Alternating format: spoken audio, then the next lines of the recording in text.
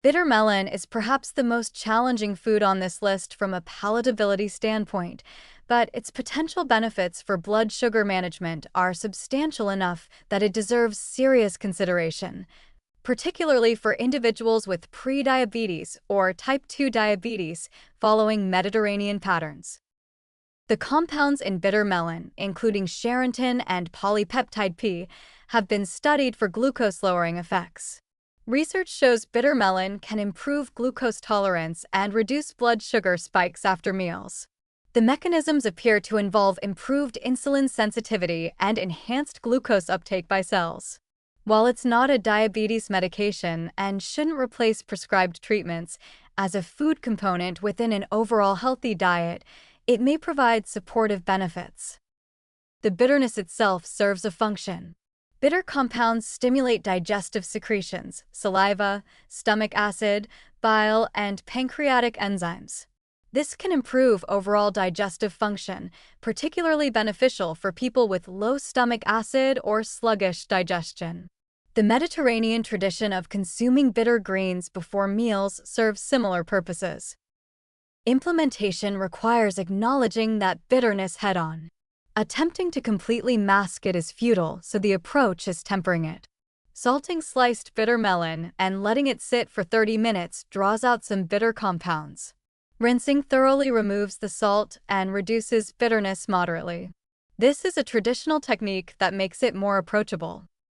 Cooking bitter melon with strong Mediterranean flavors helps balance the taste. Sautéing with substantial garlic, olive oil, and tomatoes creates a dish where bitterness is one element among others rather than the only flavor. Stuffing bitter melon with seasoned grains, herbs, and olive oil, then baking, creates a preparation where the filling balances the vegetable's intensity. Starting with very small amounts is crucial. Adding a few thin slices to a vegetable medley allows you to acquire the taste gradually without overwhelming a dish. Some people never enjoy bitter melon, and that's perfectly acceptable. No single food is essential. The pickling approach works surprisingly well. Mediterranean-style pickles with vinegar, herbs, and olive oil transform bitter melon into a condiment rather than a main ingredient.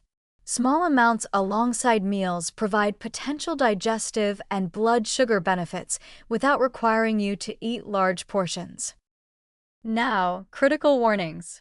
Bitter melon can lower blood sugar significantly. For individuals taking diabetes medications, especially insulin or sulfonylureas, consuming bitter melon could cause dangerous hypoglycemia. Medical consultation is absolutely essential before incorporating it regularly. Blood sugar monitoring becomes even more important. For pregnant women, bitter melon is contraindicated. It has traditionally been used to induce menstruation and abortion in some cultures, and animal studies show potential for inducing uterine contractions.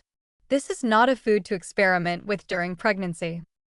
The glucose 6-phosphate dehydrogenase deficiency, a genetic condition more common in certain populations, can be problematic with bitter melon consumption.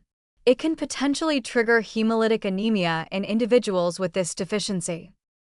Choosing younger, smaller bitter melons reduces bitterness intensity. They're less mature and generally more palatable while still providing beneficial compounds. The extremely bumpy, very green specimens tend to be most bitter. The acquired taste phenomenon is real with bitter melon. Some people grow to appreciate or even enjoy the bitterness after repeated exposure. Others never develop tolerance. Cultural food traditions that include bitter melon from childhood create familiarity that Western palates typically lack.